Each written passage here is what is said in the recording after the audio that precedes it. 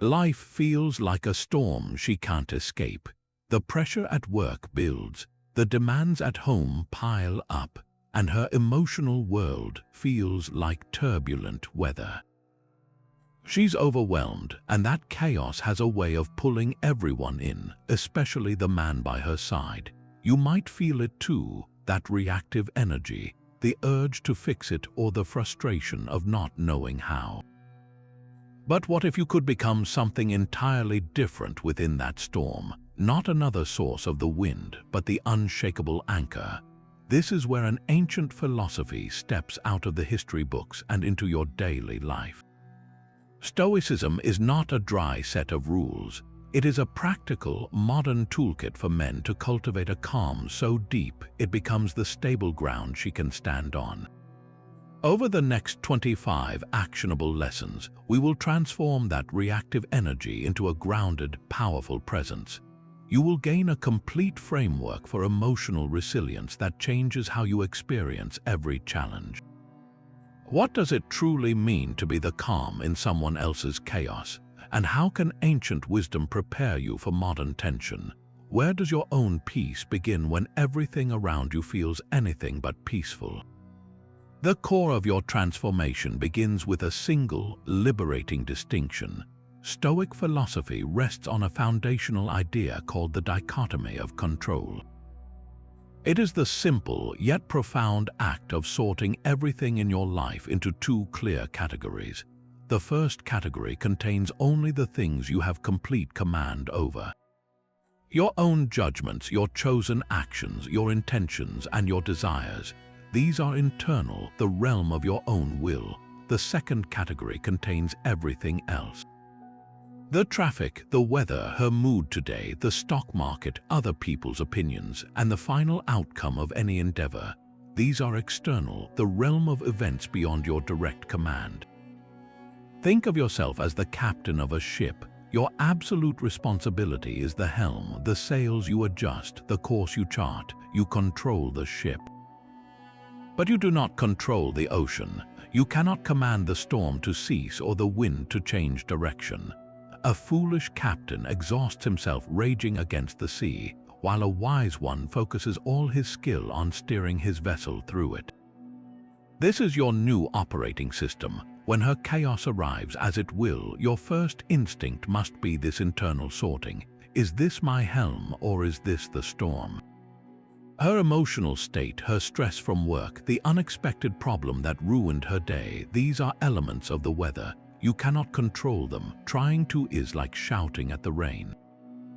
It drains you and solves nothing. But your judgment of the situation, your decision to listen instead of advise, your choice to offer a steady presence instead of a frantic solution, your commitment to patience, these are your helm. This is where your power resides, and this is where you must pour every ounce of your energy. Applying this is not passive acceptance. It is the most active and strategic move you can make. It instantly cuts the cords of anxiety that tie you to outcomes you cannot dictate. Your mind stops spinning about fixing her feelings or preventing the external problem. Instead, it focuses with laser precision on the one thing you can always manage, your own response. Your energy is no longer scattered, it is concentrated. You become the man who, when the winds howl, does not add to the noise, but simply tightens his grip on the wheel and steadies the ship. This is the first and most critical step to becoming the calm. It is the decision to stop trying to command the sea and to master your own vessel instead. The power of this distinction lies not in theory, but in the quiet moments of daily life. So let us translate this philosophy into the language of your relationship. Your partner comes home, her energy tense, her words short. The old script in your mind might immediately start playing. What did I do wrong? How do I fix this? Why is she upset with me? This internal reaction pulls you directly into the storm. The Stoic application begins with a deliberate pause and a mental recalibration. You must consciously sort the elements at play. Her stress, her fatigue, the frustration from her day, these exist outside your circle of control. You did not create them and you cannot simply delete them. Acknowledging this is not cold or uncaring, it is profoundly realistic. It frees you from the impossible burden of being her emotional fixer. Now look inside your circle. What do you control in this exact moment? You control your own breath. You control whether you meet her tension with defensiveness or with grounded calm. You control your decision to offer a simple, non-invasive gesture, like pouring a glass of water without demanding an explanation. You control your ability to listen without immediately jumping to solutions. This is your new internal script. I cannot control her stress, but I control my patience. I control my listening ear. I control whether I choose to take her mood personally. This mental shift is your anchor. In practice, during those tense moments, you can visualize it, see a circle in your mind. Outside of it, place her emotions and the external events of her day. Inside it, place your next breath, your posture, your intention to be present. Your entire focus narrows to that inner space. Before you speak, practice non-reactive observation. Just notice what is happening without judgment, as if you were a scientist calmly collecting data. She is speaking quickly, her shoulders are raised. This is the weather pattern. Your job is not to change the weather, but to ensure your own foundation is solid. This pause, this observation, creates a crucial buffer between the stimulus and your response. It is in that buffer that your calm is built. You stop being a reactive piece of the chaos and start becoming the stable platform beside it. You are not ignoring her, you are actively choosing how to stand with her. This is the first practical skill, the bedrock upon which every other lesson will stand. Master this internal sorting, and you have already changed the entire atmosphere. This internal sorting creates a new space, a gap between her chaos and your reaction. Within that space, a radical choice becomes possible. The second lesson asks you to not just accept what happens in that gap, but to love it. The Stoics called this amor fati, a Latin phrase meaning a love of one's fate. This is far more than passive resignation, which is a quiet surrender, a sigh of giving up. Amor fati is an active, almost fierce embrace. It is looking directly at the very thing causing friction, the argument, the logistical nightmare, her difficult day, and saying this too is necessary. This is not about pretending hardship feels good. It is about recognizing that every single event, especially the challenging ones, are the raw materials for building the man you wish to become. Think of a blacksmith forging a sword. He does not love the fire because it is pleasant. He loves it because without its intense, punishing heat, the metal remains soft and useless. The fire is not an enemy to the sword, it is the essential ingredient of its strength. Your fate, with all its relational friction and personal setbacks, is your fire. When she is upset and a disagreement arises, the old pattern might label this as a bad thing, an obstacle to a peaceful evening. Amor fati reframes it completely. This disagreement is not an interruption of your peace, it is the training ground for it. This moment is the precise opportunity you need to practice the virtue of patience. Her stress is the exact condition required for you to cultivate the virtue of calm. The logistical hassle that ruins your plans is the perfect chance to exercise the virtue of adaptability. By loving your fate, you stop seeing life and her as opponents who must be managed or corrected. You begin to see every event as a necessary and purposeful part of your training. This transforms you from a man who is destabilized by difficulty into a man who is stabilized by it. Your resilience is no longer something you hope you have. It becomes a muscle you are actively grateful to exercise. When you approach her chaos from this mindset, you cease to be another source of drama reacting to her drama. Instead, you become the unwavering anvil against which the noise simply rings and falls away. You offer a strength that does not fluctuate with the circumstances because you have learned to find value in the circumstances themselves. The storm is no longer something to fear or flee. It is the very wind that proves the strength of your anchor. The real test of this mindset is not in understanding it, but in applying it to the raw, unpolished moments of your day. Amor fati is a practice, a deliberate search for the gift hidden within the friction. Her emotional outburst, for example, is not a failure of your evening. It is a masterclass in patience delivered directly to your door.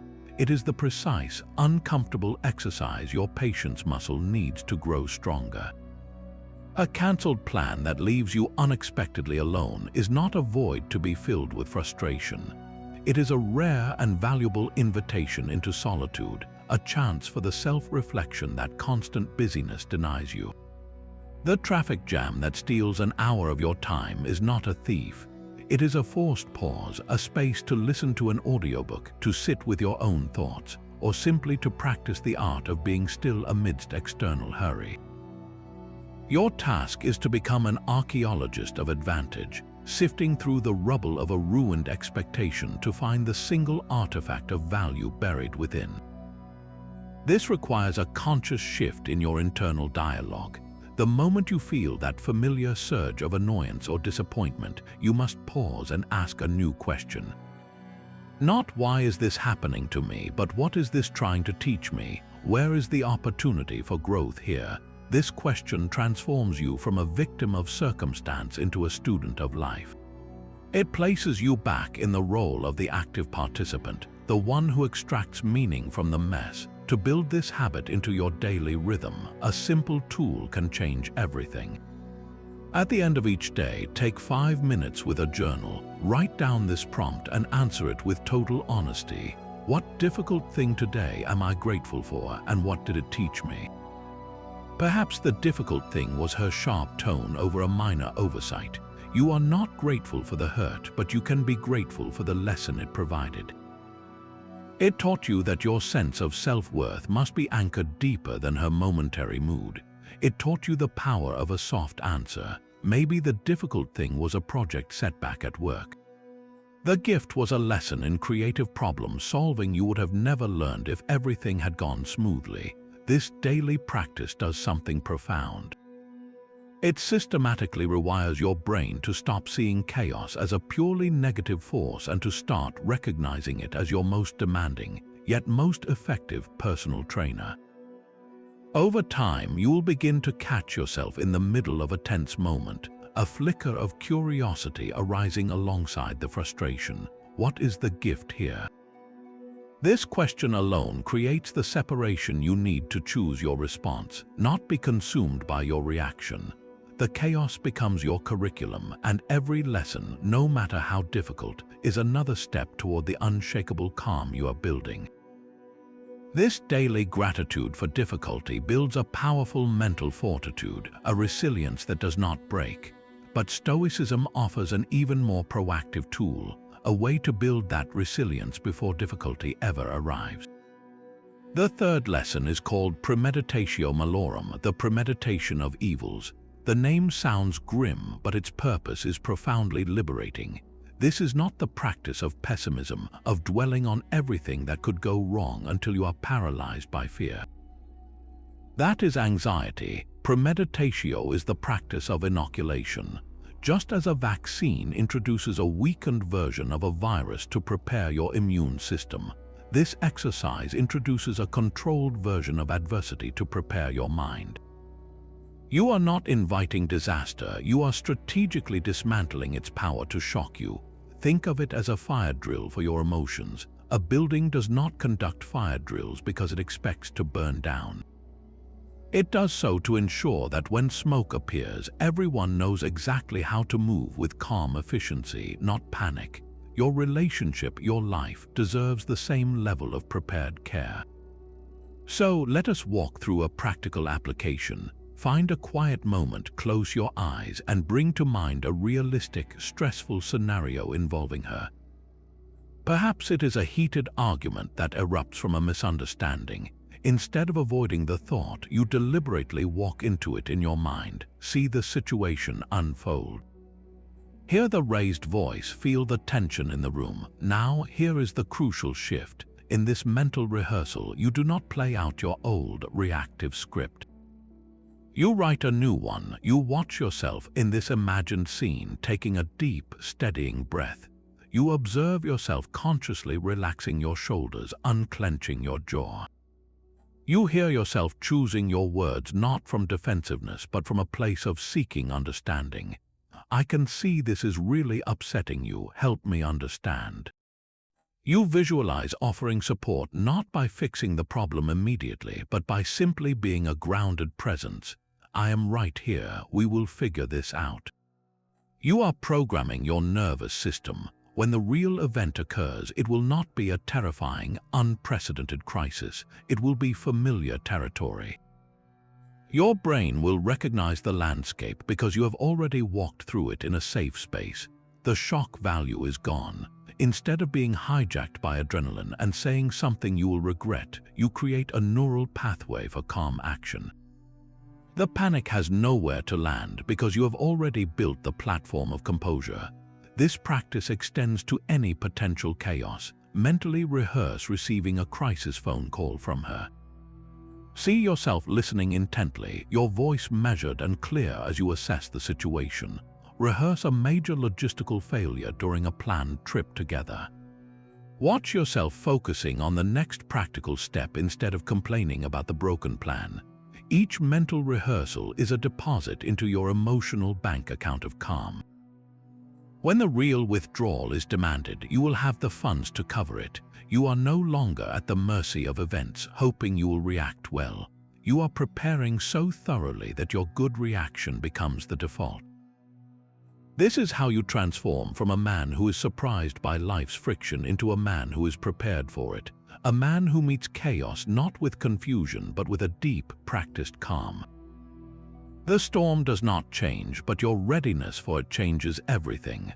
Your mental rehearsals for difficulty build a formidable defense, but true strength is balanced by a deep and abiding appreciation. This brings us to the fourth lesson, a practice that might seem counterintuitive at first, but one that unlocks a wellspring of gratitude within you.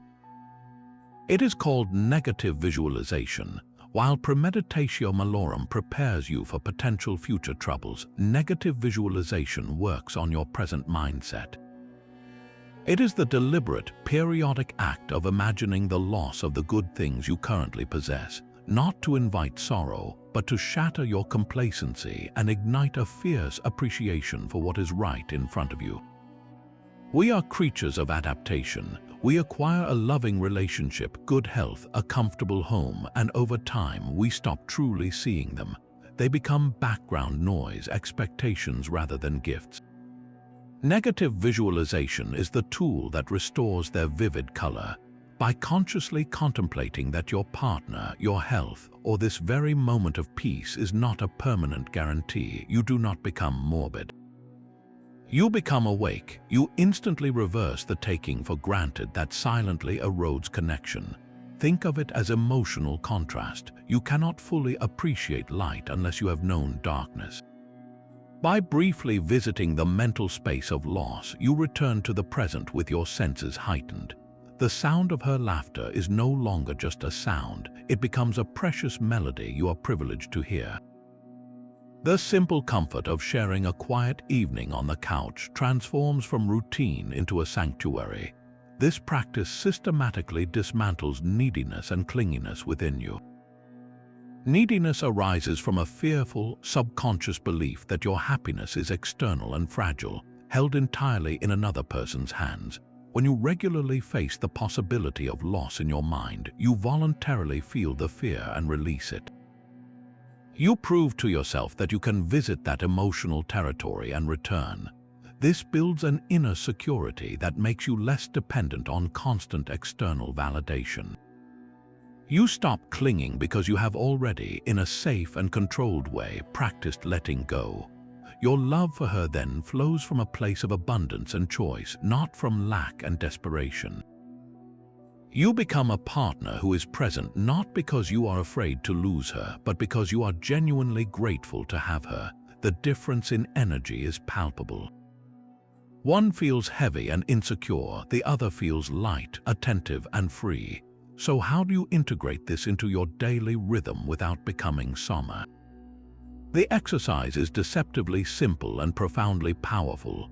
Choose a calm, positive moment you are sharing together. It could be a shared meal, a quiet conversation, or simply sitting in the same room while she reads. In that moment, allow yourself a brief, conscious thought. Imagine, just for a few seconds, that this is the last time. This is the final meal, the final conversation, the final ordinary Tuesday. Do not dwell in the sadness. Use it as a lens. Look at her through that lens. Notice the specific way the light falls on her face. Listen to the exact tone of her voice. Feel the reality of her presence beside you. Then let the thought pass and return to the present moment, which is now flooded with a new and profound significance. You have not ruined the moment, you have consecrated it. This practice makes you a more attentive partner because you are no longer mentally elsewhere. You are right here, recognizing the temporary, beautiful gift of what is. You listen more deeply, you touch more intentionally, you speak with more care. The petty annoyances that once triggered you shrink in perspective because you have just reminded yourself of what truly matters. This is not about living in fear of loss, but about letting the possibility of loss teach you how to truly live and love right now. Gratitude for the present moment anchors you deeply, but what happens when that moment feels suffocating? When her chaos is loud, the argument feels huge, and your own frustration threatens to pull you under. This is where you need a tool for instant perspective. The fifth lesson is called the view from above. It is a mental exercise, a kind of inner zoom lens that allows you to physically and emotionally step back from any overwhelming situation. The goal is not to dismiss what you are feeling, but to see it within its true context, a context so vast it naturally dissolves panic and restores a profound sense of calm. Imagine you are in the middle of a heated disagreement. The words are flying, the tension is thick in the room, and your heart is pounding. In that moment, your perception is trapped at ground level, where every detail is magnified, every word feels like a declaration of war. The view from above asks you to initiate a deliberate shift. First, in your mind's eye, pull your perspective upwards. See yourself and her in the room, but now you are viewing the scene from the ceiling. Notice your own body language, the space between you. Already, the intensity loses a fraction of its grip. You are no longer just inside the emotion, you are also observing it. Now zoom out further, see your home from above, as if you were a bird flying over your neighborhood. Your house becomes one small structure among many. The disagreement happening inside is now contained within those walls, no longer spilling out to fill your entire world. Continue the journey. Pull your perspective up to see your entire city, then your country, viewed from the edge of space. The planet becomes a beautiful, fragile blue marble hanging in the void. Your city is a tiny speck of light. Your home is invisible, and the tension in that home, the specific words being exchanged, what are they from here? They are less than a whisper. They are a momentary flicker in the vast, silent expanse of time and space. This is not about making your problems seem meaningless. It is about making them manageable. It shrinks the drama down to its proper human scale. The argument that felt like an existential crisis 5 minutes ago is revealed for what it often is, a temporary misalignment between two people who care, happening on a Tuesday afternoon on a spinning rock in an infinite universe. This exercise does two powerful things. First, it instantly creates emotional distance. By forcing your mind to engage in spatial reasoning, you directly interrupt the amygdala hijack, the fight or flood response. You cannot simultaneously visualize the solar system and remain fully clenched in righteous anger. The biology of panic and the biology of awe cannot occupy the same space. Second, it highlights profound interconnectedness. From that cosmic view, you see no borders, no separate tribes. You see one shared planet. You and she are not adversaries. You are two beings sharing a brief, incredible journey on the same small world. This realization softens the heart. It replaces the urge to win with a deeper desire to connect. How do you use this when you are in the thick of it? The moment you feel the heat rising, excuse yourself for a glass of water. In that 30 seconds, lean against the counter, close your eyes and take the journey. Ceiling, neighborhood, continent, planet, stars, breathe as you zoom out. When you return, you bring back with you the quiet of the cosmos. Your voice will be lower. Your posture will be more open. You will have remembered that this, too, is just a passing weather system in the grand climate of your life together. You stop being a combatant lost in the trenches and become the philosopher who sees the entire battlefield, and thus knows the battle is not what it seems. That cosmic perspective reveals a truth even more grounding than the stars. It reveals a deadline. The sixth lesson is memento mori, a Latin phrase that means remember you must die. At first glance, this seems like the darkest of all Stoic ideas, a morbid fixation on the end. But when you understand its purpose, you realize it is not a source of dread, but the ultimate source of clarity and urgency. This is not about living in fear of an end date. It is about letting the certainty of an end define how you live your days. Imagine you received a letter and you knew with absolute certainty it was the last letter you would ever write. Every word would be chosen with immense care. Every sentiment would be expressed with total honesty. Nothing trivial would make the page. Memento mori turns your entire life into that final letter. It is the practice of asking yourself, if today were the last day I could speak to her, the last day I could be the man I wish to be, what would I do differently? The answer cuts through every layer of pettiness and procrastination. That simmering resentment from last week's argument, how important is it from the edge of forever? The complaint you were about to voice about a chore left undone. Is that the final sound you want to leave in the air between you? The important conversation about your future you have been putting off because it feels awkward. What greater priority could there possibly be? Remembering your mortality does not make you somber, it makes you fiercely selective. It forces you to identify what is essential and discard everything that is just noise. Your time and energy become precious currencies, and you stop spending them on emotional grudges or winning pointless debates. You start investing them in what truly builds a legacy of love and character. In the context of her chaos, this practice is transformative. When her stress manifests as a sharp comment or a difficult mood, your old self might have reacted with equal sharpness, escalating a minor moment into a major conflict. But with memento mori held lightly in your mind, you pause. You see the moment through a different lens. This is one of a finite number of interactions. Is this how I want to spend it? The answer almost always guides you toward patience, toward a soft answer, toward de-escalation. It inspires you to cherish the simple time, the ordinary Tuesday evenings, because you know they are not guaranteed.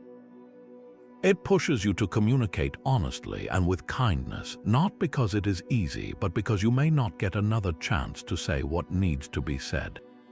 You begin to treat her not as a permanent fixture you can take for granted, but as a temporary, magnificent gift you are privileged to know. This awareness does not create a desperate clinginess, but a profound and attentive presence. You listen more completely, you touch with more intention. You choose your words as if they matter, because in the scope of a finite life, they absolutely do. The storm of daily chaos still comes, but you meet it with a different energy. You are no longer a man fighting for victory in a battle that will be forgotten. You are a man building something beautiful with the limited, and therefore infinitely valuable, time you have been given. The clock is always ticking, not to scare you, but to focus you on what is worthy of your final, precious moments. The relentless focus on your limited time sharpens your priorities to a fine point. It forces a fundamental question: what is the ultimate measure of a man's life, especially within the chaos of a relationship? Is it the number of peaceful days? The absence of arguments, her constant happiness? If you chase those as your primary goals, you have set yourself up for perpetual frustration, because none of those things are truly within your command. This brings us to the seventh lesson, the cornerstone of the entire Stoic ethical system, the radical idea that the only true good is your own excellent character. The Stoics identified four cardinal virtues: wisdom, courage, justice, and temperance. They argued that everything else in life, your health, your wealth, your reputation, even the happiness of your partner, are not good or bad in themselves. They are preferred or dispreferred, but they are ultimately indifferent. Your character, however, is the one thing that is always within your power to cultivate, and it is the only thing that constitutes real success. This is a complete reframing of your purpose. Your goal shifts from managing external conditions to perfecting your internal response. You stop asking, "How can I make this situation calm?" And you start asking, "How can I be wise, courageous, just, and temperate within this situation?" Let us break this down into the reality of your relationship. Your partner is having an emotional storm. The old metric for a good day was her being consistently happy and agreeable. When that metric fails, as it must, you feel like you have failed. You scramble to fix, to soothe, to control, tying your inner peace to an outcome you cannot guarantee. The virtue-based metric changes everything. Now, your success is not measured by her mood at the end of the conversation.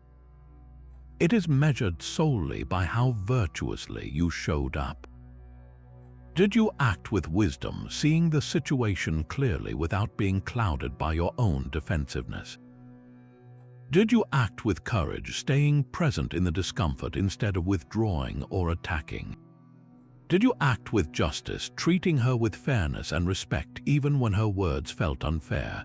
Did you act with temperance, moderating your own emotional reactions and choosing patience over impulse? If you can answer yes to those questions, then you have succeeded completely and utterly, regardless of whether the external problem was solved or her mood immediately lifted. This detachment from outcome is your liberation. It means you can engage fully, love deeply, and support completely without your sense of self-worth hanging in the balance of her emotional weather. You become a man of principle, not a man of pleasing. There is a profound stability in this. When she is chaotic, you are not thrown into chaos yourself because your core mission remains intact to act with virtue. It is an unshakable inner compass. The argument is no longer a threat to your peace. It is an arena to practice justice. Her stress is not a burden you must frantically lift. It is an opportunity to exercise courage and temperance. You stop seeing her as the source of your emotional state and start seeing every interaction with her as the raw material for building your own character. This does not make you cold or detached. On the contrary, it allows you to be more fully present and compassionate because you are no longer anxiously monitoring her reactions for your own validation. You are free to listen, to understand, to support, simply because it is the right and virtuous thing to do.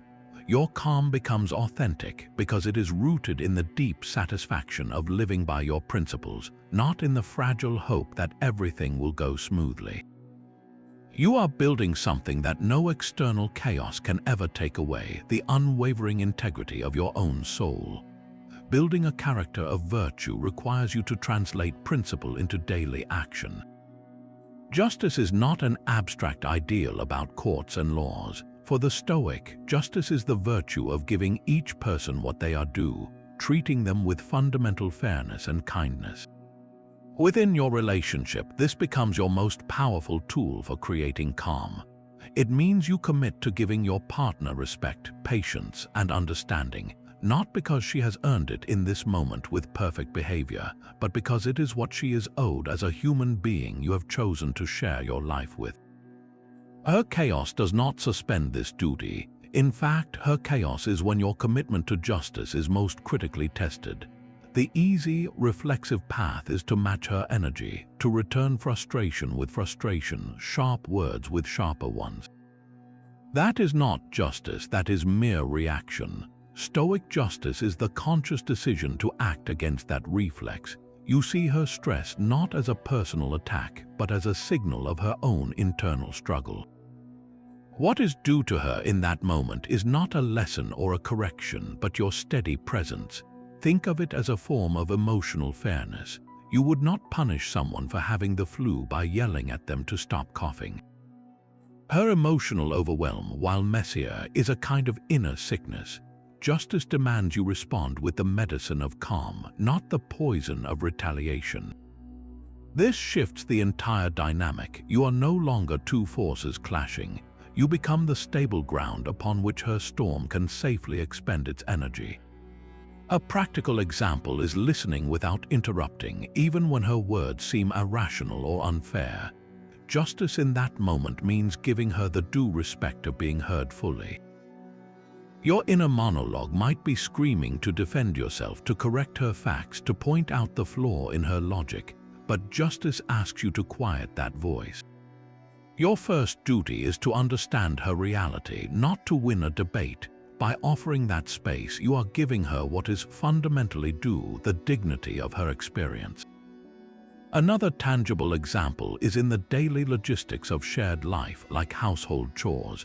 Justice here means doing your share fully and willingly without keeping a mental scorecard.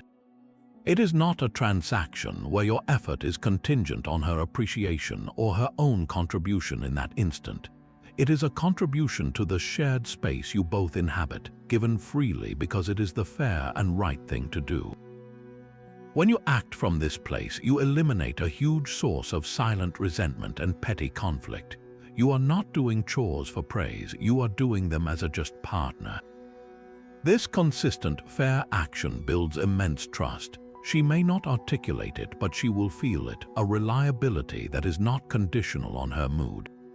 Over time, this just behavior becomes the bedrock of your calm. You are not anxiously calculating whether you are being treated fairly in return. You are secure in knowing you are acting according to your own principles. This inner security makes you impervious to the petty provocations that once pulled you into chaos. You respond to irrationality with patience, to frustration with steadiness, not as a strategy to manipulate an outcome, but as a simple commitment to what is right. The storm, met with this unwavering fairness, gradually loses its power to disrupt. It finds nothing to feed on, no matching energy to escalate it, and so it must eventually subside, leaving only your calm, just presence behind. Justice provides the stable ground, but standing firm on that ground when the emotional winds howl requires a different kind of strength. This is the ninth lesson, the cultivation of courage. We often mistake courage for dramatic, physical bravery, the kind seen in movies. Stoic courage or fortitude is something far more subtle and far more demanding. It is the moral courage to face emotional discomfort head-on. It is the bravery required to have the difficult conversation you have been avoiding, not with shouting but with clarity. It is the strength to set a healthy boundary with love, even when you know it might cause temporary friction. Becoming the calm in her chaos is not a passive act of simply being quiet. It is an active, courageous choice to stay present within the storm without fleeing or trying to prematurely dismantle it. Think of it this way. When she is in pain, expressing frustration or sadness, the easiest path for you is often one of two exits. The first exit is to flee emotionally. You withdraw, you shut down, you become distant, physically or mentally checking out of the situation because the intensity is too uncomfortable. The second exit is to try and fix it immediately. You jump into problem-solving mode, offering quick solutions, trying to logic away her feelings, essentially attempting to repair her emotional state so your own discomfort can end. Both are forms of running away. Fleeing abandons her in the storm. Fixing invalidates her experience of it. True courage is the third option, the most difficult one. It is to stand beside her in the rain without an umbrella, to feel the discomfort of her pain without making it about your need for it to stop. This means listening to her vent about a work problem without once interrupting to tell her what she should have done. It means holding her while she cries without frantically searching for the magical words to make the tears cease. Your courage is in the endurance, in the willingness to be uncomfortable alongside her, offering not a solution but a sanctuary. This presence communicates something profound, that her emotions are not too big or too messy for you to handle, that she is safe with you even when she is not at her best. That reliability builds a trust deeper than any quick fix ever could. The second arena for this courage is in upholding your own values and boundaries. There will be times when her chaos, her stress, or her demands press you to compromise your principles, to sacrifice your own peace or priorities for the sake of a temporary calm. Perhaps she asks you to cancel an important commitment to attend to her anxiety, or her mood leads her to make an unfair accusation. Acquiescing, giving in just to make the conflict stop, might seem like the path of least resistance. But it is a cowardice that erodes your integrity and ultimately the health of the relationship. Courage here looks like speaking your truth with kindness and firmness. It sounds like, "I love you and I cannot cancel on my team last minute. I am here for you as soon as I am done," or "I understand you are upset and that comment felt hurtful to me. Can we talk about what is really bothering you?" This is not confrontation for its own sake. It is the courageous maintenance of your own inner citadel. By upholding your boundaries, you are not building a wall against her. You are defining the strong, respectful gates within which a healthy relationship can flourish. You show her and yourself that your calm is not negotiable, that it is rooted in a strength that does not bend to every passing wind. This combination, the courage to be present with her pain and the courage to be true to yourself, forges a presence that is both deeply compassionate and unshakably resilient. She learns she can fall apart in your presence without you falling apart yourself, and she learns that your strength has a backbone, making your calm not a weakness, but the most trustworthy force in her life. Courage gives your calm a backbone, but without a governor, that strength can become rigid or reactive. The 10th lesson installs that essential regulator, temperance. Often misunderstood as mere abstinence, Stoic temperance is the virtue of self-regulation, the art of moderation in everything you feel, desire, and do. It is the conscious management of your own internal impulses so they serve your purpose rather than controlling you. In the context of her chaos, temperance is your most practical defense against being pulled into the emotional whirlpool. It is the disciplined choice to feel your own frustration without letting it dictate your words, to care for her deeply without abandoning yourself in the process. This moderation is not a dampening of your spirit, it is the very engine that produces a steady, reliable calm. Your first and most immediate practice of temperance is the sacred pause. Between the stimulus of her charged words or tense mood and your response, there exists a sliver of space. That space is your domain of power. Temperance is the decision to inhabit that space fully before you speak or act. It might be a literal 3-second breath taken consciously, feeling the air fill your lungs and leave again. In that brief moment, you are not deciding what to say. You are simply preventing yourself from saying the first reactive thing that comes to mind. You are allowing the initial wave of heat to pass through you without grabbing onto it and hurling it back. This pause is the physical manifestation of moderation. It says, "My emotions are real, but they are not in charge. I will respond when I am ready, not when I am triggered." The second arena for temperance is in moderating your own desires, particularly the desire for immediate resolution. When conflict arises, your natural impulse is to solve it, to fix the tension and restore harmony right now. This desire, while well-intentioned, is often a form of impatience. It pressures her to get over her feelings so you can feel comfortable again. Temperance asks you to moderate this urge. It allows you to say internally, "This does not need to be resolved in the next 5 minutes." It is okay for there to be a period of discomfort while we both process. This takes immense pressure off both of you. You stop trying to force a conversation to a premature conclusion, which only leads to superficial fixes or more frustration. Instead, you create the space for a genuine resolution to emerge naturally. You demonstrate that your peace is stable enough to withstand temporary discord. Finally, temperance is the vital balance between care for her and essential care for yourself. The man who loses himself completely in her emotional world is not calm, he is enmeshed. He becomes a mirror of her anxiety, which helps no one. Temperance is the regulating principle that says, I can be fully present with your struggle while also honoring my own need for stability. This might look like listening compassionately for 20 minutes and then gently stating, I need a few minutes to clear my head so I can be fully here for you. I am going to take a walk around the block and then we can continue. This is not abandonment, it is stewardship of your own inner resources. It is the moderation that prevents your own cup from running completely empty. By practicing this balance, you ensure that the calm you offer is not a finite resource that gets depleted, but a renewable energy sourced from a well-regulated inner life. You become like the thermostat, not the thermometer. The thermometer merely reacts, soaring and plunging with the room's temperature. The thermostat senses the environment, but moderates its response to maintain a steady, chosen setting. Your temperance is that internal setting. You feel the heat of her chaos, but you do not let it recalibrate your core temperature. You feel the urge to react, but you moderate it into a chosen response. This self-regulation is what makes your calm consistent and trustworthy, not a temporary lull between storms, but the enduring climate of your character. Temperance regulates your reactions, but a deeper truth lies beneath the surface of every reaction you have. The 11th lesson reveals that the chaos you feel is rarely about the event itself.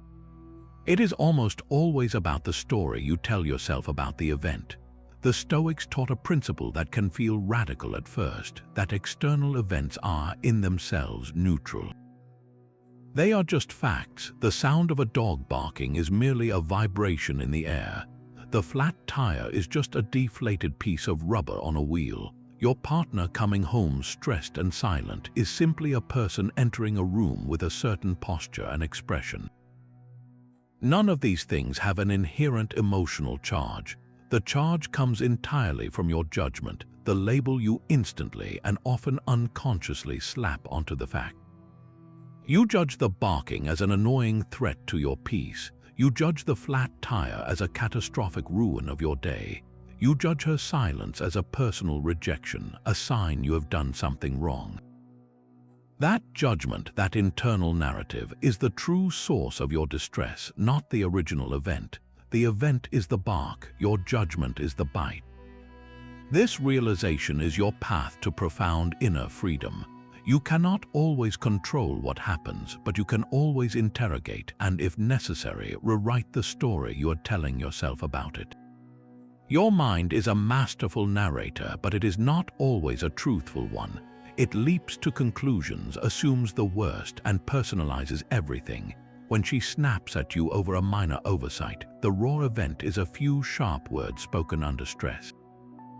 Your mind's immediate, untrained judgment might be, she is disrespecting me, she does not appreciate me, this is unbearable. That story ignites your anger and hurt. But what if that story is wrong? What if the truer story is, she is overwhelmed by her own pressures, and this is how her exhaustion is leaking out? The facts are the same. The words are the same, but the judgment you choose to believe creates two entirely different emotional worlds within you, one of conflict and one of compassion. Your task is to become the editor of your own internal commentary. The moment you feel that familiar surge of irritation or anxiety, you must pause and separate the fact from the fiction. Ask yourself, what are the bare, observable facts here? Then ask, what story am I telling myself about these facts? Is this story absolutely true? Is there a more charitable, more accurate interpretation? This is not about making excuses for poor behavior. It is about refusing to add unnecessary suffering to a situation by layering it with a toxic narrative. Applying this to her actions is the ultimate practice in maintaining your calm. Instead of judging her mood as an attack, you can choose to see it as information. Her stress is not about you, it is about her. Her frustration is not a verdict on your worth, it is an expression of her own struggle. By interpreting her actions more charitably, you disarm the trigger. You respond to the person in pain, not to the perceived insult. This does not mean you become a doormat, it means you become a sanctuary. You offer a calm harbor precisely because you have not been shipwrecked by your own judgments. The barking dog of external chaos continues, but you are no longer the one feeling bitten. You observe the sound, you acknowledge its presence, and you consciously choose not to narrate it as a crisis. Your peace is no longer dependent on a perfect, silent world. It is built on the unshakable understanding that while you cannot control all the noises of life, you hold absolute authority over the meaning you give them. And in that authority lies a quiet power that no chaos can ever touch. That inner narrator, always ready with a judgment, requires a gatekeeper. This is the 12th lesson, the discipline of assent. Think of your mind as a courtroom. Every impression, every initial thought that enters your awareness is like a witness taking the stand. Their testimony is often dramatic, emotional, and compelling. She did not say hello this morning. The witness declares she is angry with you. She criticized your driving. The witness insists she does not respect you. The discipline of assent is your role as the judge. Your job is not to immediately gavel in agreement with every piece of testimony that comes before you. Your duty is to pause, to examine the evidence, and to consciously decide whether this impression deserves your belief. To assent is to agree, to say yes, this is true. Most of our emotional turmoil comes from giving our assent too quickly, automatically accepting the first, often darkest, interpretation of events as absolute fact. We hear a tone of voice and instantly agree with the thought she is being hostile. We feel a tension in the room and immediately sign the contract with the idea, I have done something wrong.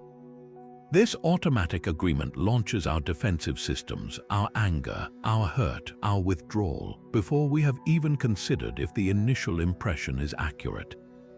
The practice is to insert a moment of deliberate hesitation between the impression and your endorsement of it.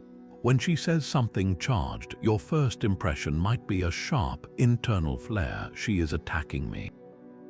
The undisciplined mind grabs that flare and runs with it, fueling a reaction of equal heat. The disciplined mind holds the flare at arm's length, it looks at it. It asks two simple but profound questions. Is this impression completely true? And is believing this impression helpful? The answer to the first question often reveals the leap your mind has made. Is it true that she is attacking me, or is it truer that she is overwhelmed and this is how her frustration is coming out? Is it true that this comment is about disrespect? Or is it actually about her own fear or insecurity? You are not denying reality, you are seeking the most accurate interpretation of it. The second question, is this belief helpful, cuts to the practical core. Even if there is a sliver of truth in the impression, does agreeing with it serve your goal of being calm and connected? Believing she is attacking you will only make you defensive. Believing she is in pain, even if expressing it poorly, can make you compassionate. You choose the belief that leads to the person you want to be. In that moment of examination, something magical happens. Space opens up, the tight knot of reactive emotion begins to loosen. Because you have not yet agreed with the catastrophic story, you are free from its grip. You can now choose a more rational, more charitable belief. You can replace "she is attacking me" with "she is struggling and I am the safe person she is struggling near." This shift in belief is not naive, it is strategic and wise. It changes your entire physiology. Your shoulders drop, your breath deepens, your face softens.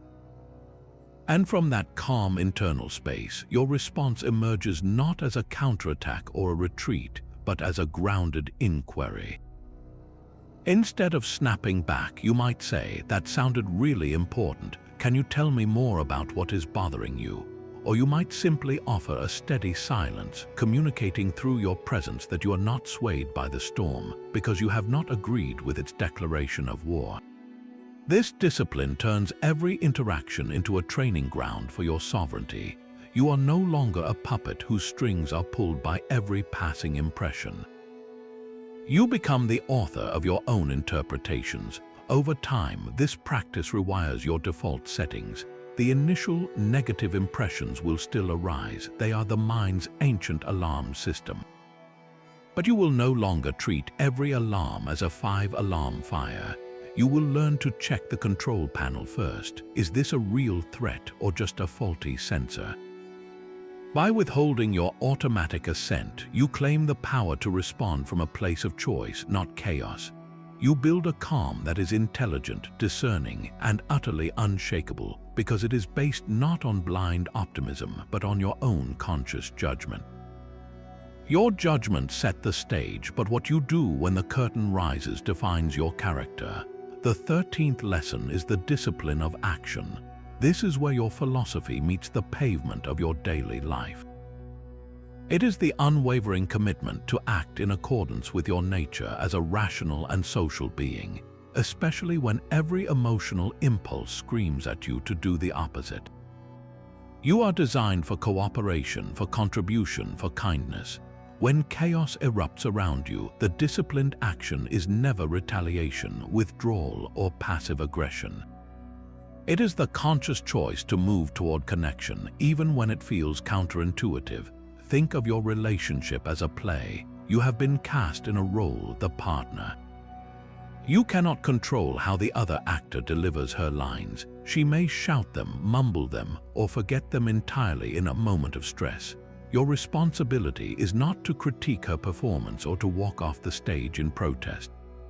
Your sole duty is to perform your own role with excellence, to deliver your lines with integrity, compassion, and presence, no matter what is happening across from you. Her chaos does not rewrite your script. Your script is written by your virtues, by your commitment to being a good man. So when she speaks from a place of frustration, your disciplined action is not to match that tone. It is to respond with a tone of calm inquiry. When she withdraws into a stormy silence, your disciplined action is not to punish her with a colder silence of your own. It is to offer a simple, non-threatening presence, a quiet signal that you are still there, steady and available. This is not about being a pushover. It is about being a professional in the art of relationship. A professional musician does not play out of tune simply because someone in the audience is coughing. He stays focused on his own performance, his own part in the symphony. You are the same. Your performance is your behavior, your words, your actions. You play your part well because that is who you are, not because you are waiting for applause or a perfect duet partner. In practical terms, this means when a disagreement escalates, your disciplined action might be to lower your own voice while she raises hers. It might be to say, I want to understand this, let us slow down for a minute, instead of firing back a counter-argument. It means when she is overwhelmed and snapping at details, your action is to take one concrete, helpful thing off her plate without a lecture, like handling a chore she was stressing over. You are acting from your rational understanding of what the situation needs, not from your reflexive emotional wound. This discipline turns every moment of potential conflict into an opportunity to reinforce the man you are becoming. You prove to yourself more than to anyone else that your principles are not fair-weather friends. They are the core commands you follow even in the storm. Each time you choose the cooperative, kind action over the reactive one, you are not just managing a situation, you are sculpting your character. You are building a reputation with yourself as someone who can be trusted to do the right thing, especially when it is hard.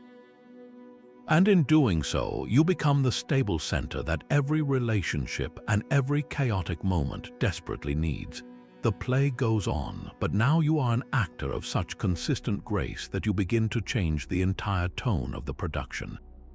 Your disciplined actions build a fortress of calm, but a fortress can feel like a prison if its walls lack windows.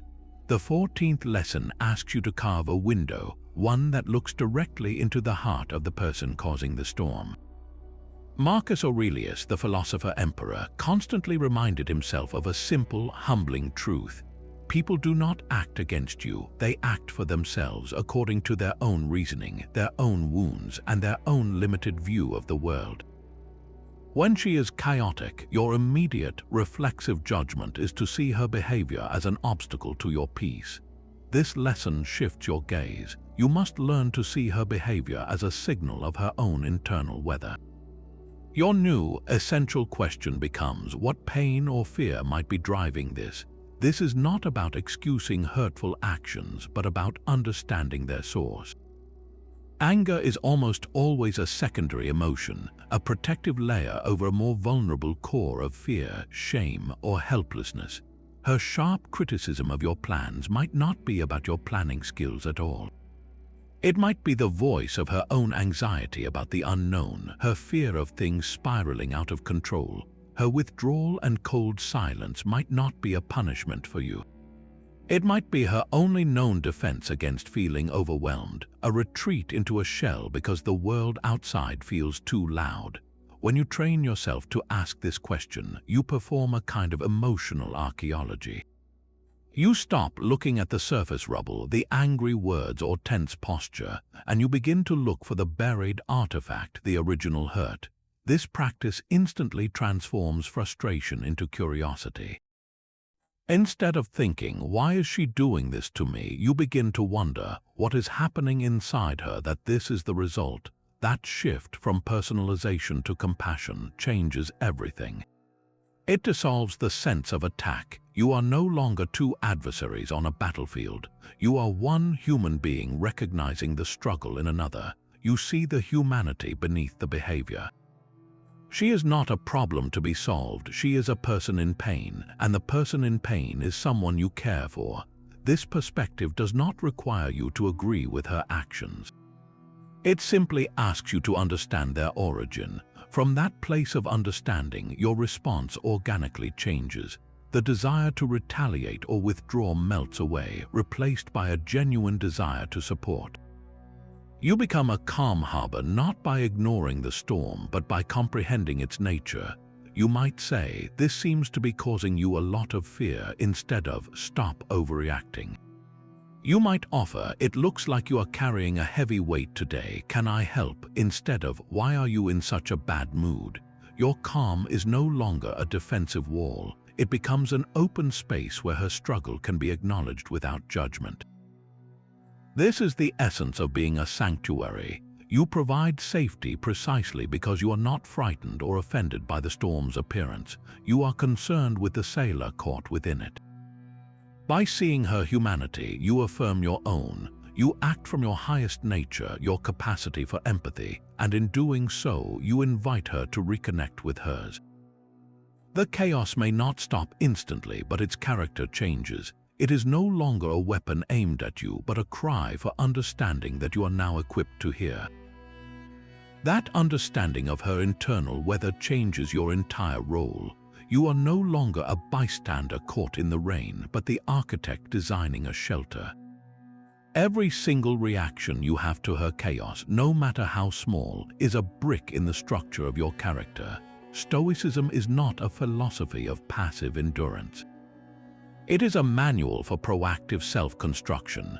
You are the builder, and your daily choices are the materials. The blueprint is the man of virtue you wish to become, and the construction site is every frustrating, tense, or overwhelming moment you encounter.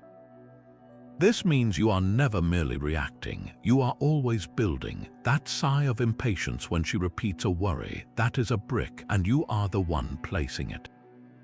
The choice to listen quietly instead of interrupting with a solution, that is also a brick. One builds a wall of resentment, the other builds a pillar of patience.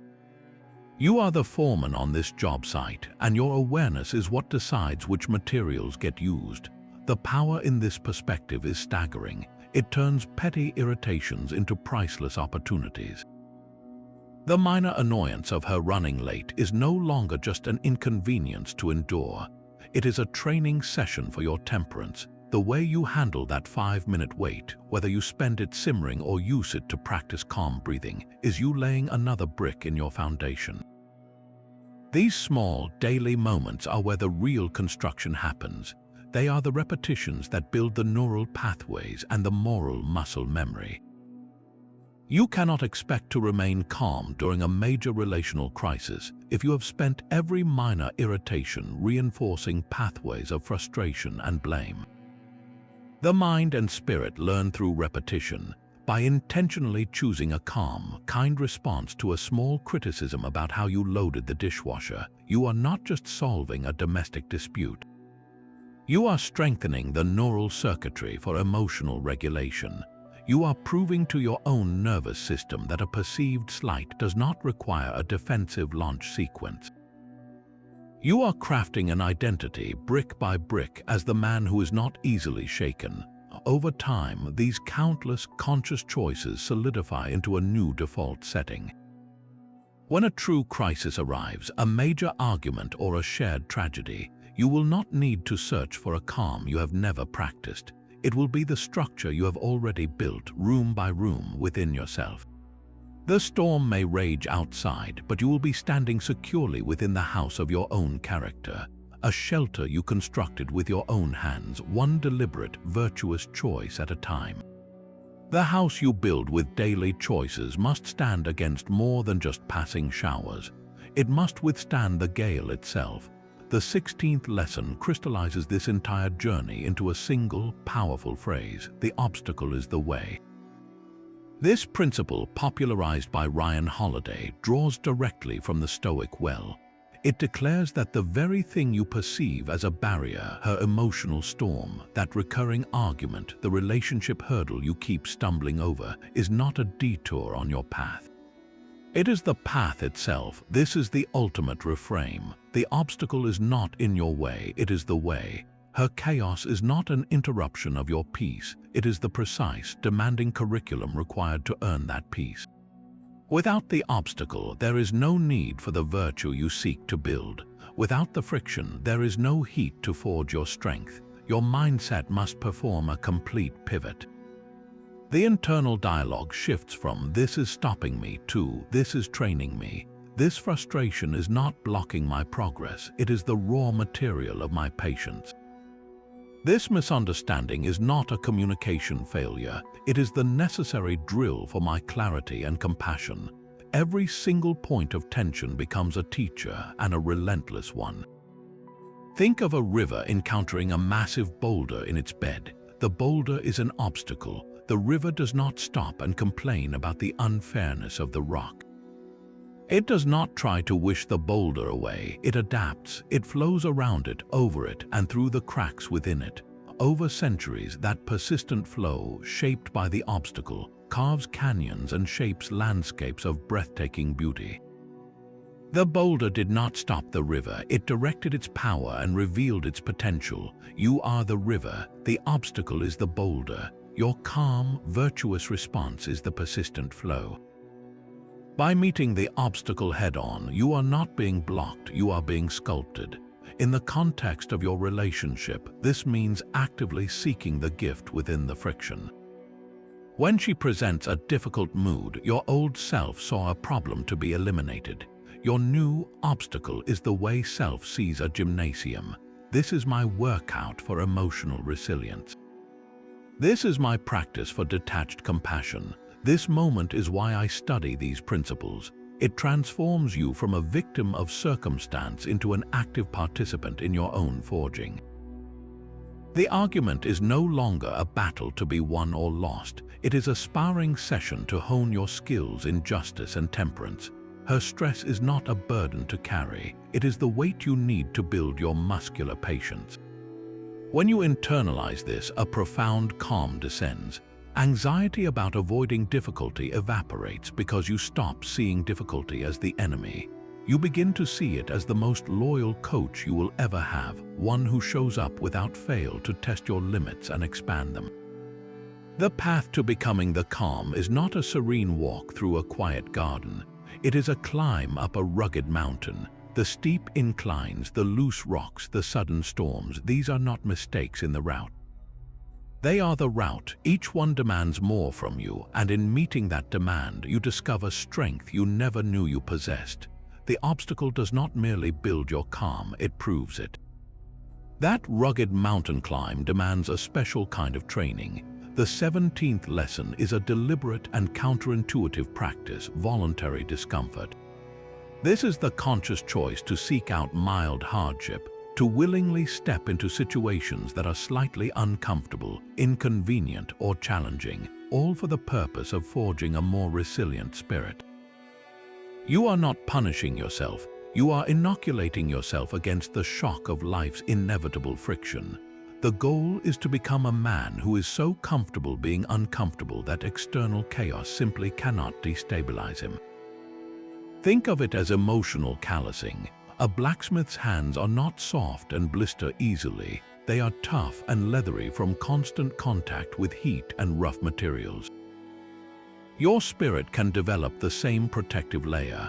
By voluntarily facing the cold, the hunger, the difficult task, you teach your nervous system a vital lesson that discomfort is not an emergency.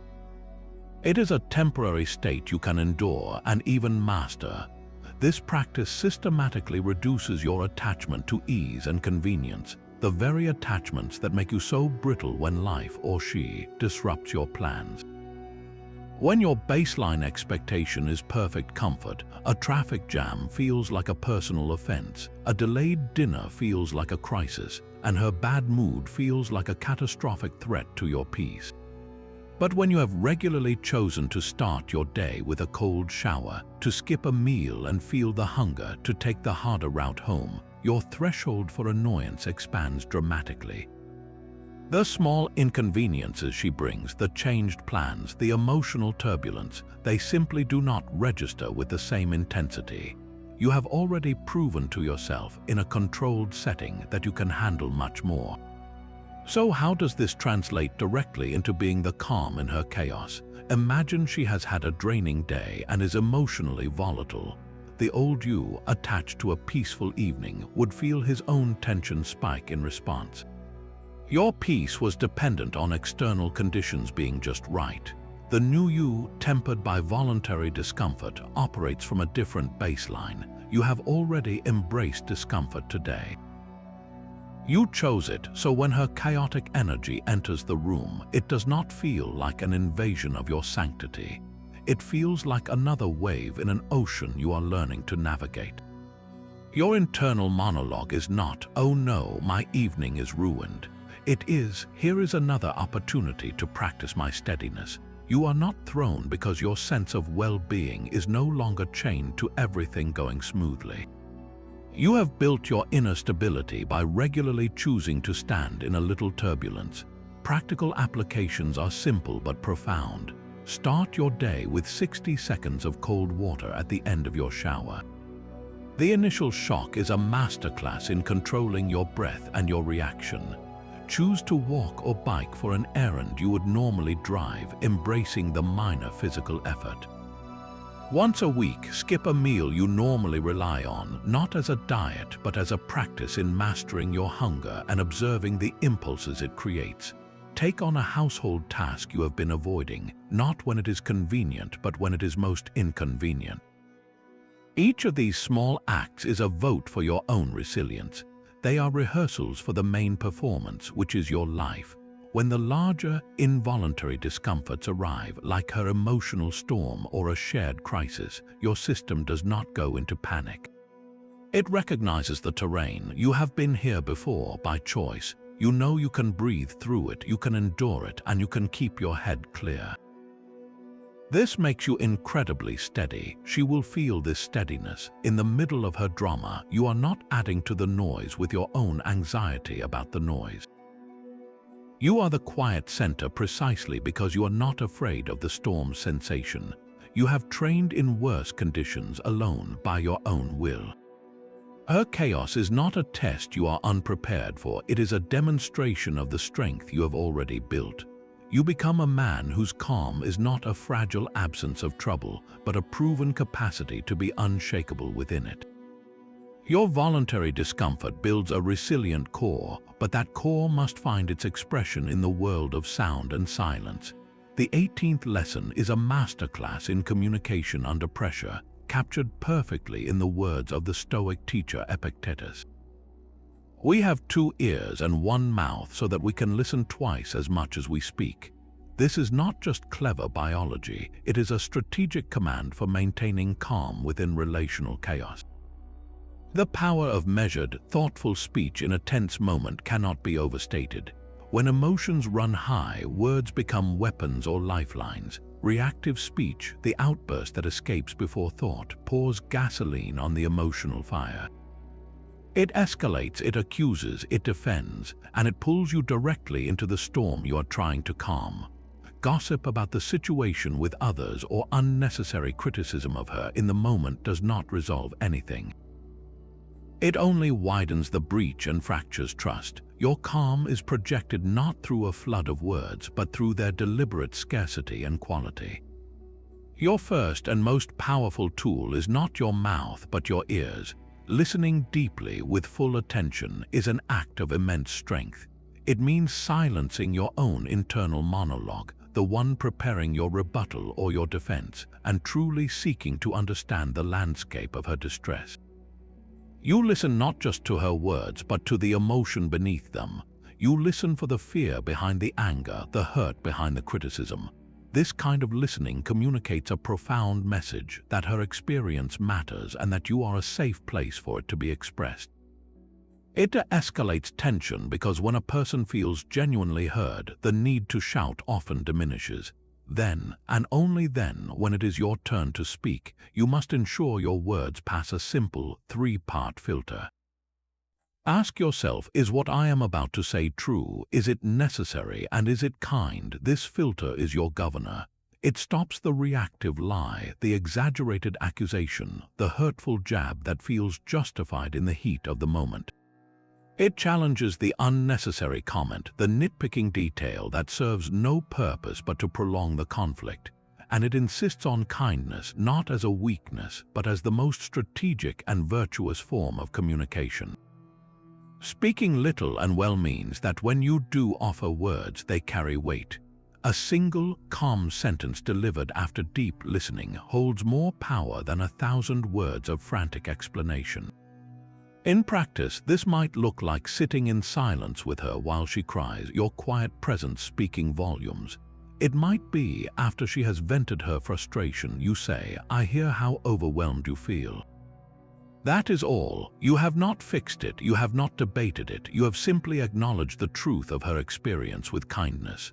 Or, in a disagreement, it might be saying, I need a moment to think before I respond, which is far wiser than firing back with the first thing that comes to mind. This discipline projects a calm that is almost tangible.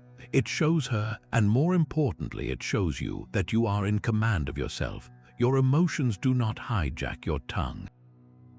You choose your words as carefully as a craftsman chooses his tools, using them to build understanding, not to wage war. In the noise of chaos, the man who speaks little and well becomes an oasis of quiet sense. His words are like clear water in a muddy river, immediately recognizable and deeply needed. He is the calm because he has mastered the storm of his own speech. The power of measured speech creates a boundary of calm around you, a space you can hold even in a noisy room. But where does that space come from when the noise is constant, when her world feels like a sustained hurricane of stress and emotion? You cannot stand guard at the gate forever without a place to rest and restore. This is the 19th lesson, the practice of retreating into your inner citadel. The Stoics envisioned the mind as a fortress, a walled city built on the hill of your principles. Inside its walls are your core values, your reasoned judgments, your unshakable peace. Outside the walls rages the chaos of the external world, the opinions of others, the unpredictable events, and yes, the emotional storms of those you love. The critical insight is this: the gates of your citadel are controlled from within. Nothing and no one can enter unless you personally lower the drawbridge and grant them access. Her chaos, no matter how loud, how intense, or how prolonged, must stop at the gates. It can clamor outside, but it cannot storm your central keep unless you invite it in. This is not a metaphor for emotional abandonment. It is the architecture of resilience. You remain fully present and supportive in the external world, but you maintain a sovereign interior space that is yours alone, a sanctuary where your spirit can find its footing again. Building this inner fortress is the cumulative work of all the previous lessons.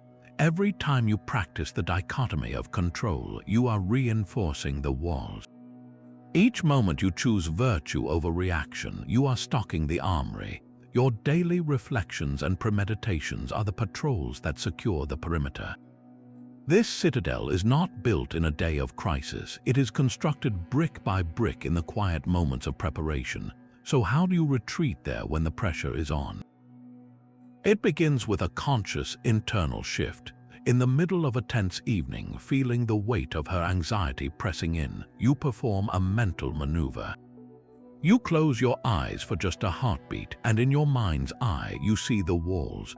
You hear the noise outside, her frustrated sighs, the tense silence, but you recognize it for what it is, whether outside the city.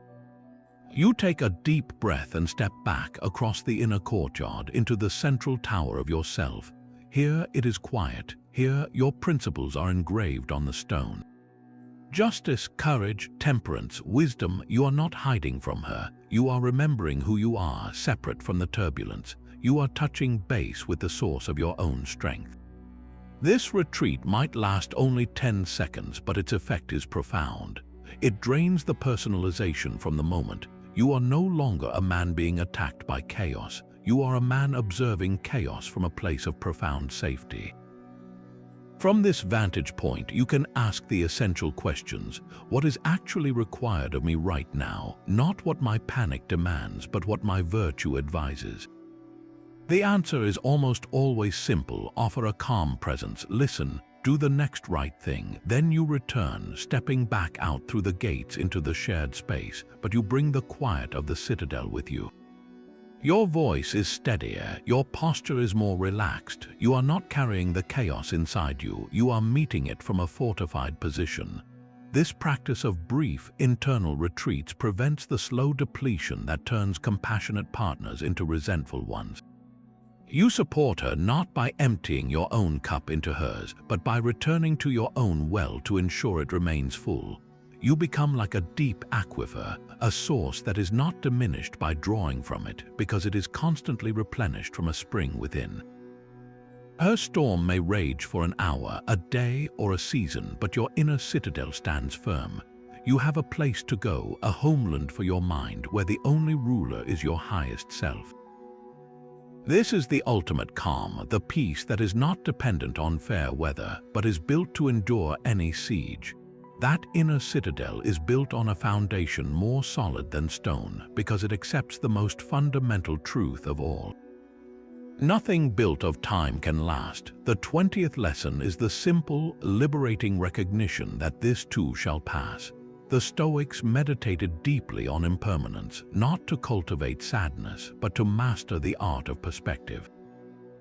Every emotional state, every chaotic phase, every peak of joy and valley of despair is a temporary visitor. Her anger is a weather system, not the climate. Your frustration is a wave, not the ocean. The stressful situation that feels all-consuming is merely a chapter, not the entire book. When you internalize this truth, you gain a superpower, the ability to observe the storm from a place of calm certainty, knowing its duration is limited. This knowledge is the antidote to panic. Panic arises from the subconscious belief that the current painful state is permanent, that this is how things will always be. But when you know with a bone-deep certainty that the storm will subside, you can afford to be patient. You can afford to be still. You become the stable element waiting on the other side of the turbulence, not because you are indifferent, but because you understand the nature of time. Think of watching a thunderstorm from a sheltered porch. You do not run into the field, shaking your fist at the clouds, demanding they stop. You watch the lightning flash, you hear the thunder roll, and you feel the wind, but you remain under cover.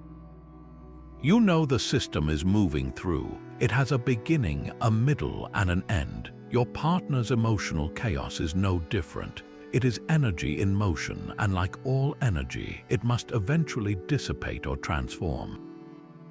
Your role is to be the sheltered porch, not a second thundercloud.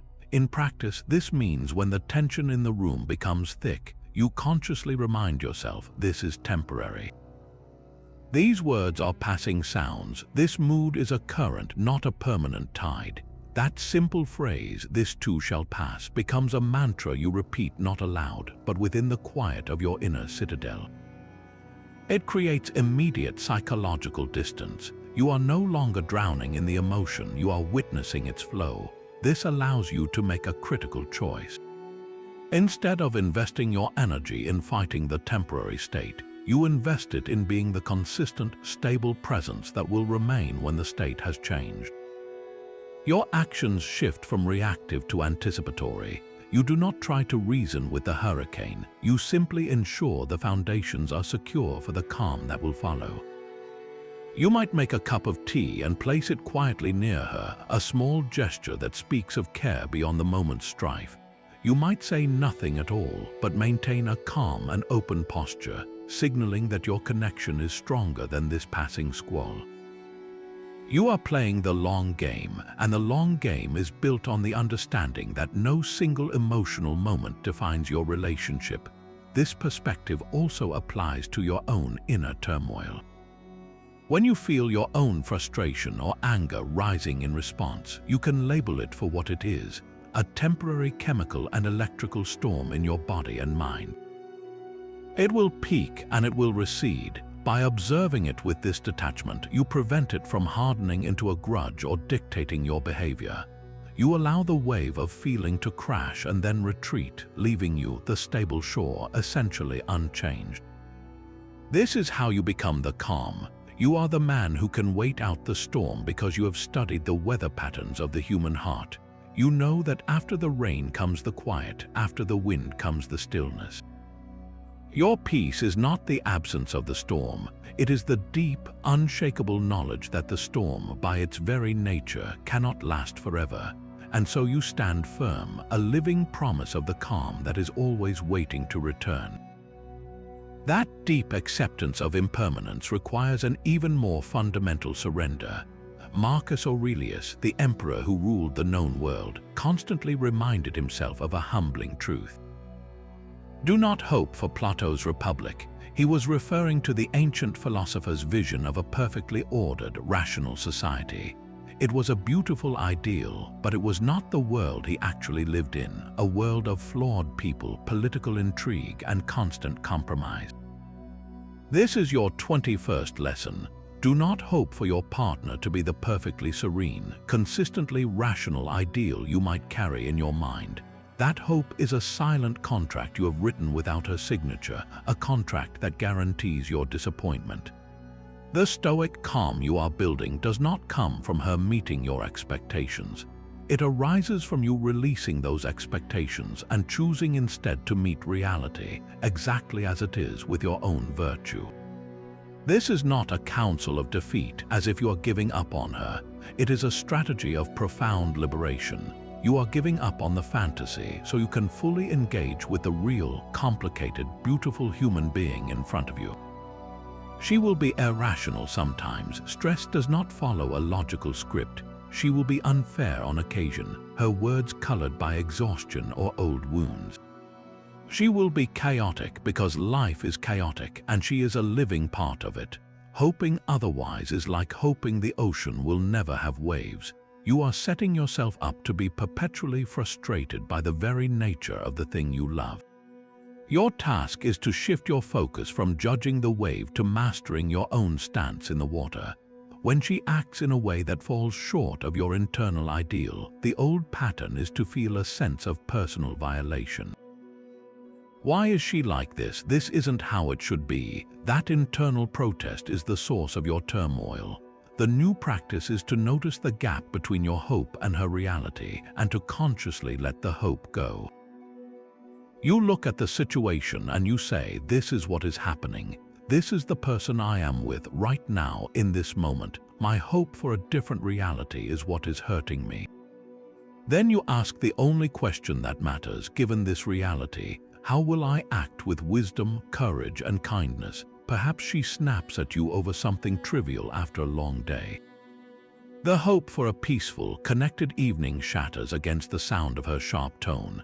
If you cling to the hope, you will respond with hurt or anger because your perfect evening has been ruined. But if you release the hope and see only the reality, a tired, stressed person who is struggling, your entire field of action changes. You are no longer responding to an offense against your ideal. You are responding to a human being in distress. Your virtue now has a clear path. Wisdom sees her behavior as a symptom, not an attack. Courage allows you to stay present instead of withdrawing. Kindness chooses a soft word or a simple gesture of care. The calm you feel is the direct result of no longer fighting what is. You are flowing with the reality of the moment, not struggling against the current of your own disappointed expectations. This acceptance makes you incredibly adaptable and deeply resilient. You are not easily knocked off balance because you are not standing on the fragile glass of how things should be. You are standing on the solid ground of how things are, and from that place you can build something real. You love her not for her perfect alignment with your ideals, but for her authentic, flawed, and magnificent humanity. And in doing so, you grant her the same grace you are learning to give yourself, the grace to be imperfect, to have bad days, to sometimes be the storm. Your calm becomes the space where both the ideal and the real can coexist, where love is not a demand for perfection, but a choice of presence again and again, exactly as things are. Your acceptance of reality is the ground, but a man must know what he stands for.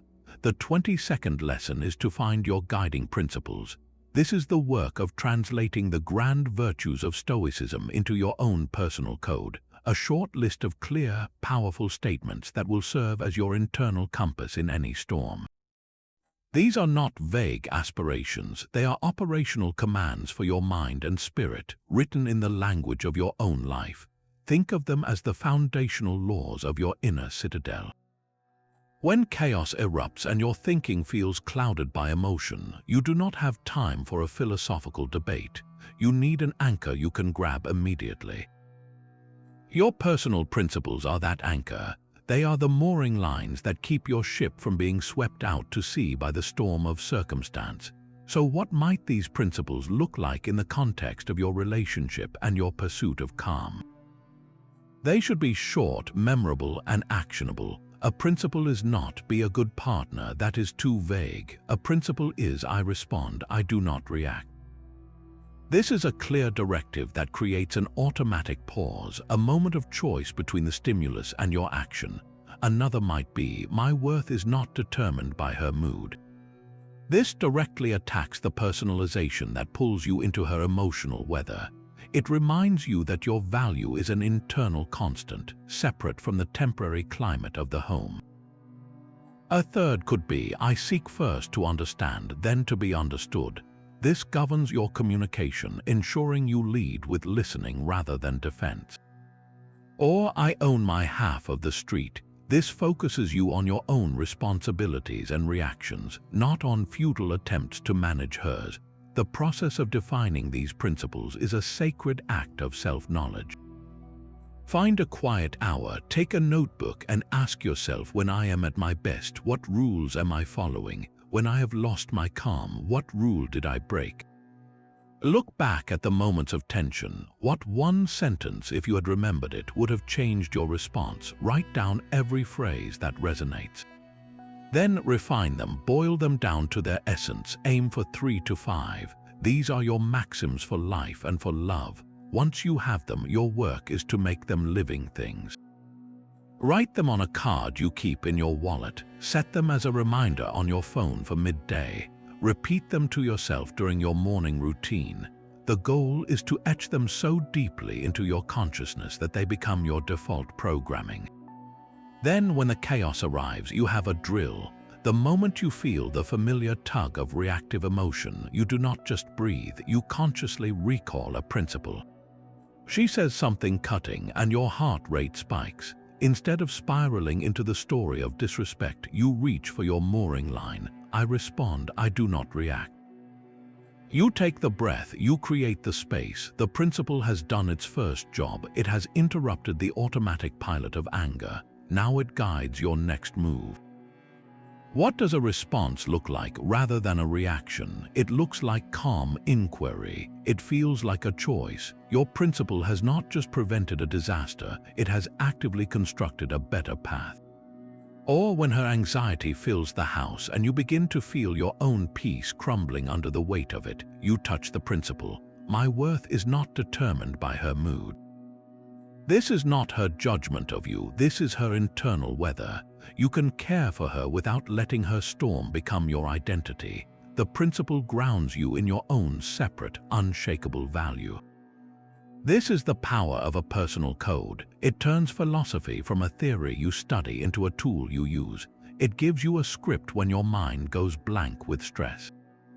You are no longer navigating the storm with a vague hope of finding land. You are steering by the fixed stars of your own making. Those stars do not move, no matter how rough the sea. Your principles become the silent, constant voice of the man you are committed to being, a voice that speaks with clarity precisely when the world around you is loudest. Your principles are the fixed stars, but even the steadiest navigator must sometimes release the wheel. The 23rd lesson is the art of letting go.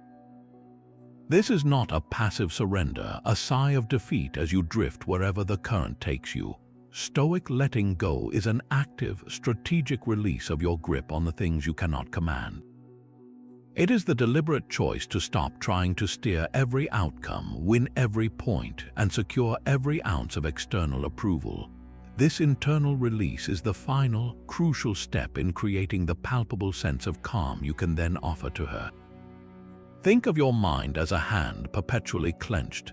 It is clenched around the need to control how she feels, to ensure she is happy and at peace.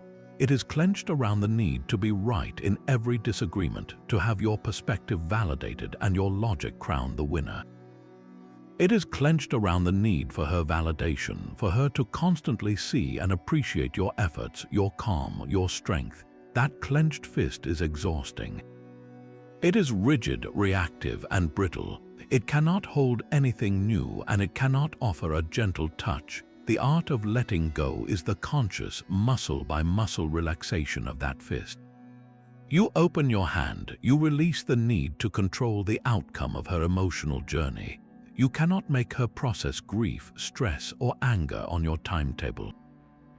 Trying to is like holding a bird in your fist. You will only harm it and feel its frantic struggle against your palm. Instead, you open your hand and let the bird perch. You provide the stable, open space, the safety, but the bird decides when to fly. This means you support her without demanding a specific result. You listen without needing her to conclude with gratitude. You help without requiring that your help fixes everything. Your value is not in the outcome, it is in the quality of your presence. Next, you release the need to be right. In a disagreement, truth is often less important than connection. You can win the argument and lose the trust. You can prove your point and fracture the peace. Letting go here means asking yourself, do I want to be right or do I want to be connected? Is this point worth the cold silence that will follow my victory? This is not about abandoning your values or agreeing to something false. It is about recognizing that many conflicts are not about facts but about feelings. Her feeling unheard is more important than the factual inaccuracy of her complaint. By letting go of your need to correct her, you create room to understand her. You might say, I see why you saw it that way, instead of, no, you are wrong, and here are 3 reasons why. The first statement opens a door, the second slams it shut. Finally, and perhaps most crucially, you release the need for her validation. Your calm, your virtuous action, your steady presence, these must become their own reward. If you are only practicing these lessons to earn her praise or to see a specific change in her behavior, you are still trapped. You have simply swapped one form of control for another, a quieter, more subtle manipulation. Your peace cannot be a transaction. You must act with integrity because it is who you are, not because you are waiting for her to notice and approve. When you release this need, a profound freedom emerges. You are no longer auditing her reactions, scanning her face for signs of appreciation. You are simply doing the right thing. This detachment is what makes your calm authentic and non-needy. She can feel the difference between a man who is patient because he is hoping for a reward and a man who is patient because patience is his nature. The first feels fragile, contingent. The second feels solid, real. This letting go is the ultimate investment, but the investment is entirely in your own character. You are redirecting the immense energy you once spent on controlling externals and pouring it into the one thing you truly own, your own actions and intentions. The clenched fist held nothing but tension. The open hand is ready to work, to create, to offer a steady touch. When you have released these invisible burdens, a weight lifts from your shoulders that she can sense the moment she walks into the room. Your calm is no longer an effort, a performance you are sustaining. It is simply the air you breathe, the natural state of a man who is no longer at war with reality. You have let go of the branches and found yourself standing firmly on the ground. The ground you stand on must be tended every single day. That unshakable calm is not a permanent state you achieve once and forget. It is a living discipline, a garden that requires daily watering and weeding. The 24th lesson is the simple, non-negotiable practice of daily review and preparation. This is your mental and emotional hygiene, the two bookends of your day that build the habit of calm into your very nervous system. It consists of two distinct rituals, one for the morning and one for the evening, each with a clear purpose. In the quiet of the morning, before the world makes its demands, you sit for just a few minutes.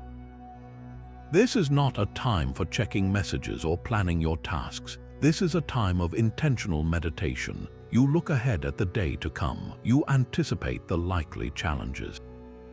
Perhaps you have a difficult work meeting, or you know your partner is under a particular stress.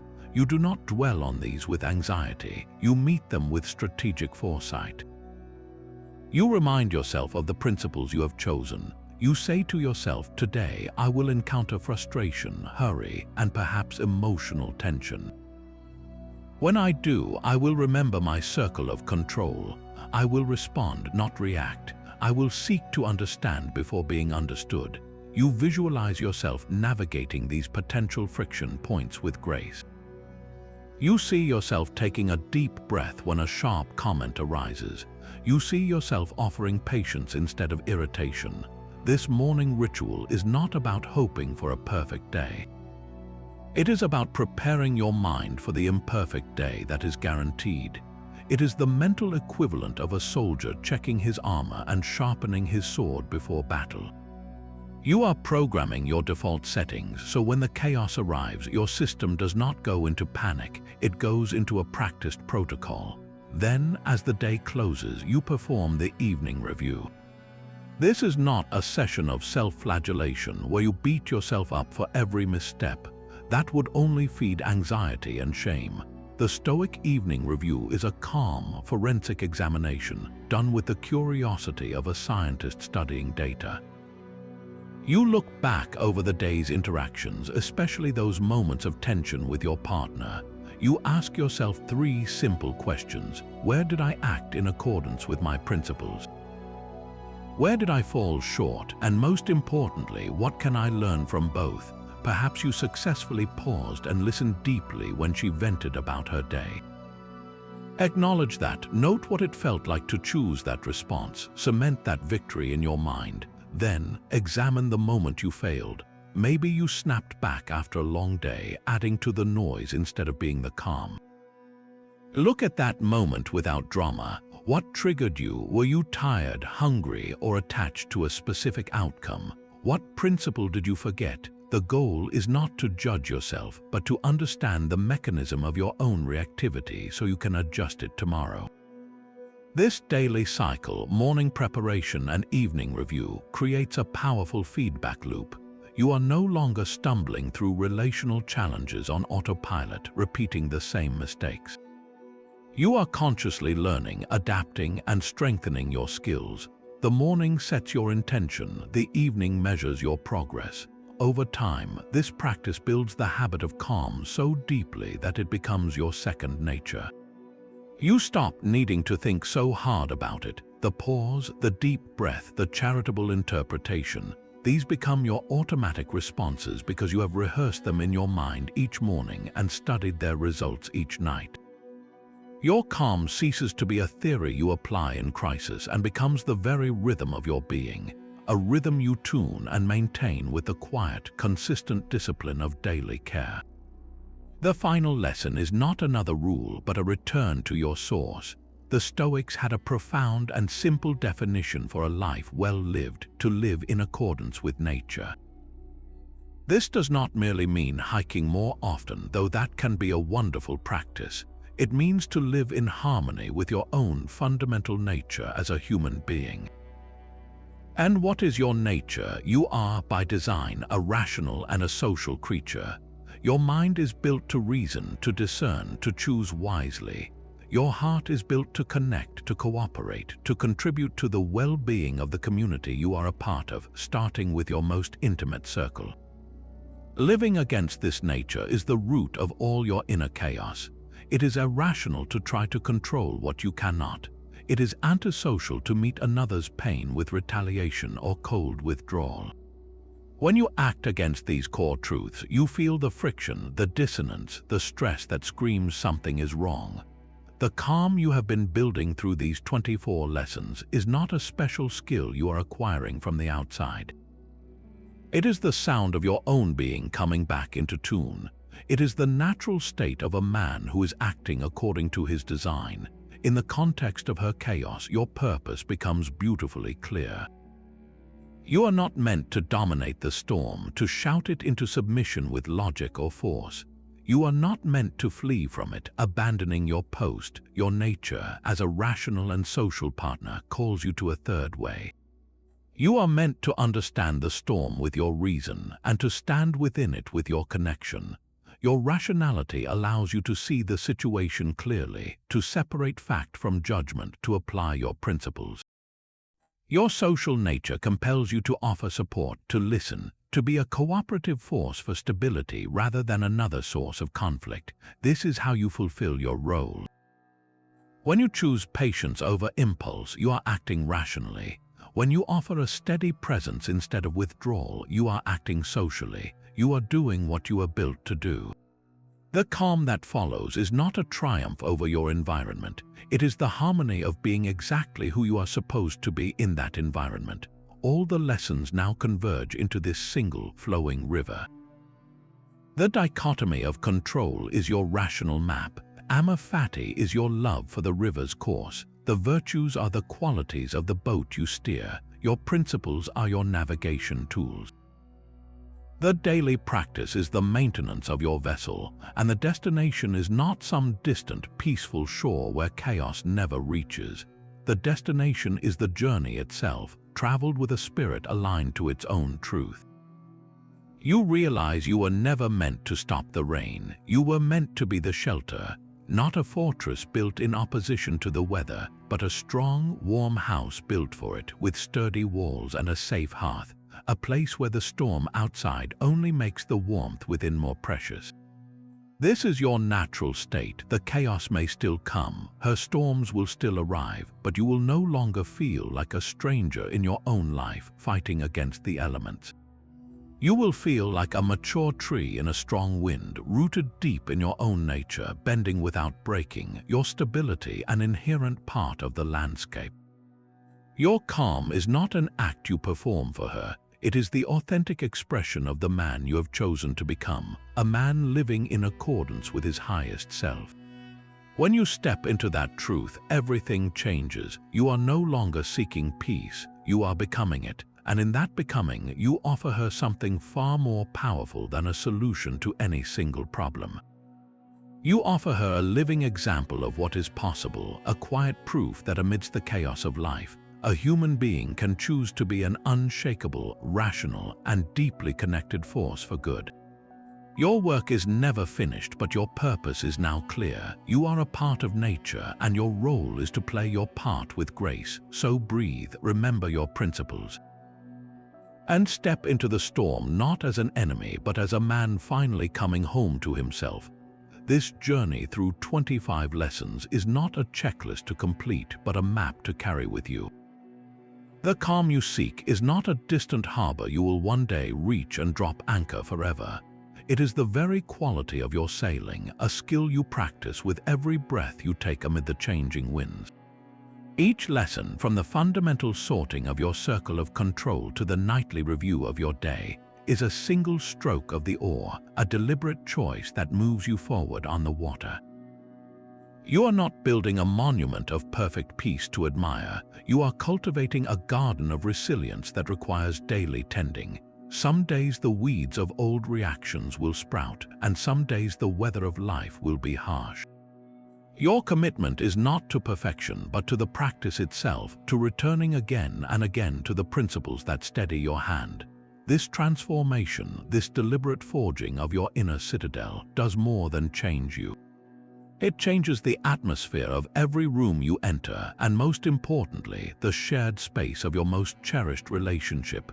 Your calm becomes a gift you offer without saying a word, a stable ground where she can find her footing when her own world feels unsteady.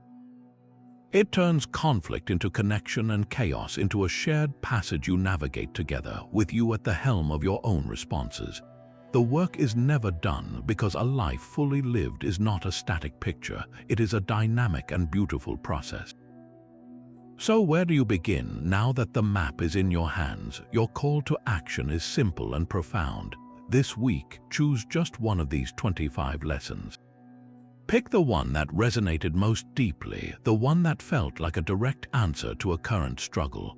Perhaps it is the practice of pausing before you speak, or the evening review of your interactions. Maybe it is the conscious effort to see her frustration as a signal of her pain, not an attack on your peace. Whatever it is, commit to practicing that single lesson intentionally for the next 7 days. Watch what happens within you and observe what shifts in the space between you. Then come back and share your choice in the comments below. Tell us which lesson you are practicing and what you are noticing. Your story becomes a beacon for others on the same path. And if you are ready to continue this work, to master more of the practical philosophy that turns ancient wisdom into modern strength, subscribe to this channel. Together, we will keep building the unshakable character that not only withstands life's chaos, but transforms it into your greatest source of strength. The calm is not out there waiting for you. It is in here, in your next choice, in your very next breath. Choose it now.